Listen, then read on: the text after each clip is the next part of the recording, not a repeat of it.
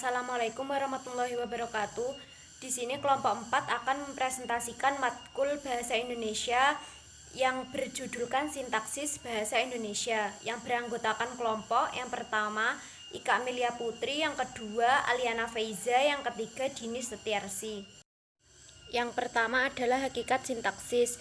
Sintaksis adalah bagian dari tata bahasa yang membahas tentang kaidah penggabungan kata menjadi satuan gramatik yang lebih besar yang disebut dengan frasa, klausa, dan juga kalimat, serta penempatan morfem atau supragerminal intonasi sesuai dengan struktur sistematis yang diinginkan pembaca sebagai dasarnya.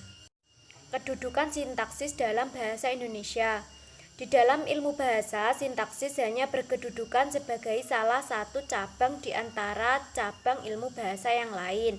Satuan bahasa atau cara yang disebut alat sintaksis yang digunakan untuk membangun konstruksi sintaksis itu meliputi urutan, bentuk kata, intonasi, dan kata tugas. Fungsi, kategori, dan peran. Yang pertama adalah fungsi. Fungsi kajian sintaksis terdiri atas beberapa komponen. 3 hal yang penting adalah yang pertama subjek, predikat, objek, pelengkap, dan juga keterangan. A. Subjek dan predikat. Subjek adalah bagian yang diterangkan predikat. Subjek dapat dicari dengan pertanyaan apa ataupun siapa yang disebut dalam predikat. Yang B adalah objek dan juga pelengkap. Objek berupa frasa nomina atau pengganti frasa nomina, sedangkan pelengkap berupa frasa nomina, verbal, adjektiva, numeralia, preposisi, dan pengganti nomina. Yang C adalah keterangan. Keterangan adalah bagian kalimat yang menerangkan subjek, predikat, objek, atau pelengkap. B. Kategori. Dalam ilmu bahasa, kata yang memiliki bentuk dan perilaku yang sama atau mirip dimasukkan ke dalam suatu kelompok. C. Peran sintaksis. Suatu kata dalam konteks kalimat memiliki peran semantik tertentu. Perhatikan contoh-contoh berikut. 5. Farida menunggui adiknya. 6. Pencuri itu lari. 7. Penjahat itu mati. Berdasarkan peran semantisnya, Farida pada kalimat 5 adalah pelaku, yakni orang yang melakukan perbuatan menunggui. Adiknya pada kalimat 5 adalah sasaran, yakni yang terkena perbuatan yang dilakukan oleh pelaku. Pencuri pada kalimat 6 adalah juga pelaku. Dia melakukan perbuatan lari, akan tetapi penjahat kepada kalimat 7 bukanlah pelaku karena mati bukanlah perbuatan yang dia lakukan, melainkan suatu peristiwa yang terjadi padanya. Oleh karena itu, meskipun wujud sintaksisnya mirip dengan kalimat 6 adalah sasaran.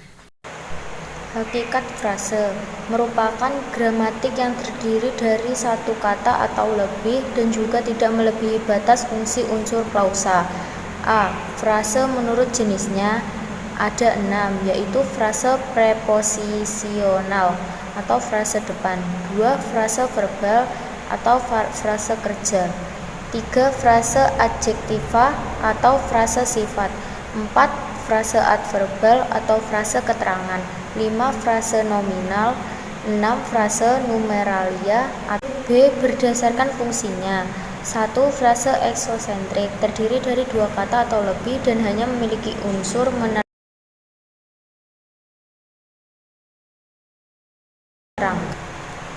2.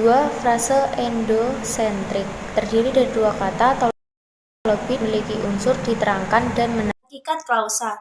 Klausa adalah salah satu satuan sintaksis sebagai satu satuan gramatikal. Klausa bisa disebut juga satuan sintaksis berupa runtutan kata-kata berkonstruksi predikatif.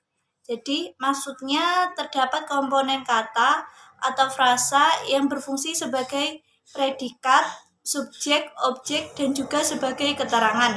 Kategori klausa.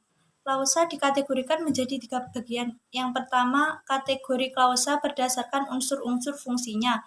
Klausa terdiri atas unsur-unsur fungsional yang disebut subjek, predikat, objek, pelengkap, dan juga keterangan. Akan tetapi tidak semua unsur fungsionalnya digunakan. Yang kedua, berdasarkan kategori kata atau frase yang menjadi unsurnya. Pengkategorian klausa berdasarkan kategori kata atau frasa yang menjadi unsur-unsur klausa disebut analisis kategorial. Sudah tentu analisis kategorial tidak terlepas dari analisis fungsi, bahkan sesungguhnya merupakan lanjutan dari analisis fungsi.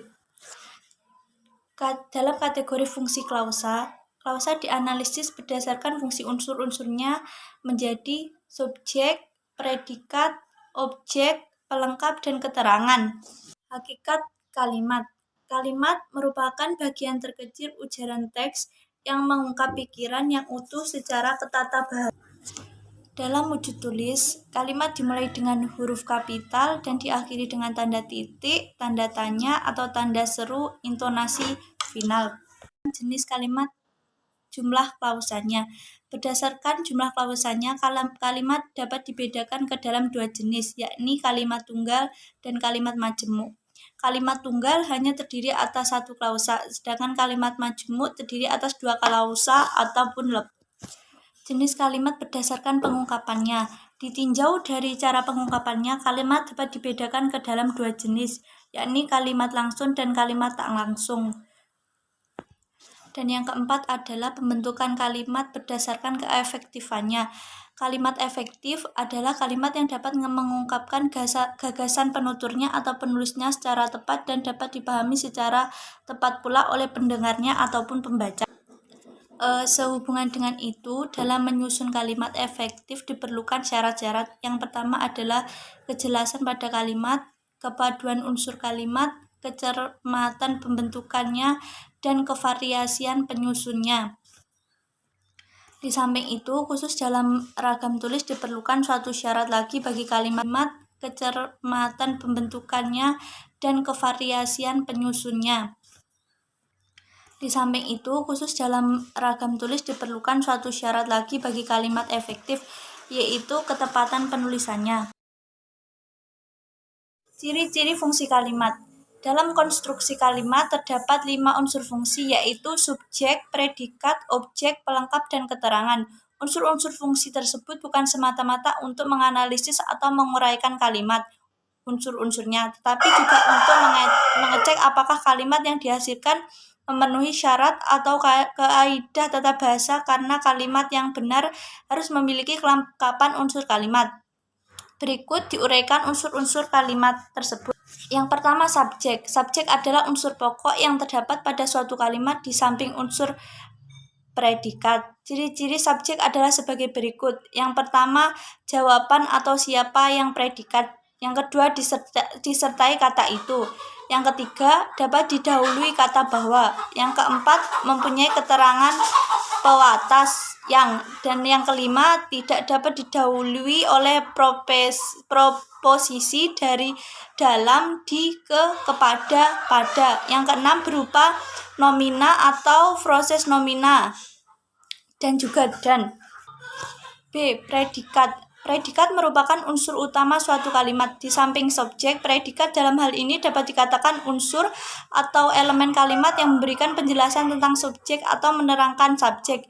Ciri-ciri predikat secara terperinci adalah sebagai berikut. Yang pertama, merupakan jawaban atas pertanyaan mengapa atau bagaimana.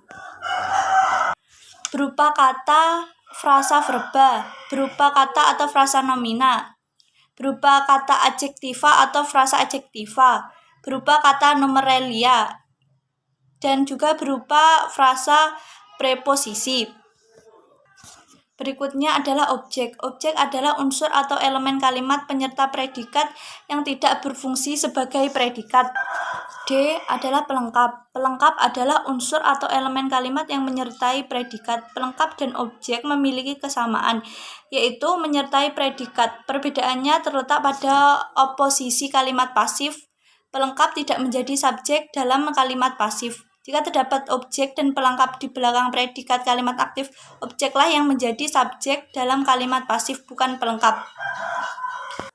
Yang terakhir, keterangan. Keterangan merupakan unsur kalimat yang memberikan informasi lebih lanjut tentang sesuatu yang dinyatakan dalam kalimat. Misalnya memberi informasi tentang tempat, waktu, cara, sebab, tujuan. Keterangan dapat berupa kata, frasa, atau klausa. Keterangan yang berupa frasa dapat ditandai oleh preposisi seperti di, ke, dari, dalam, pada, kepada, terhadap, tentang, dan untuk. Presentasi dari kelompok kami, apabila ada kurang lebihnya kami mohon maaf. Wassalamualaikum warahmatullahi wabarakatuh.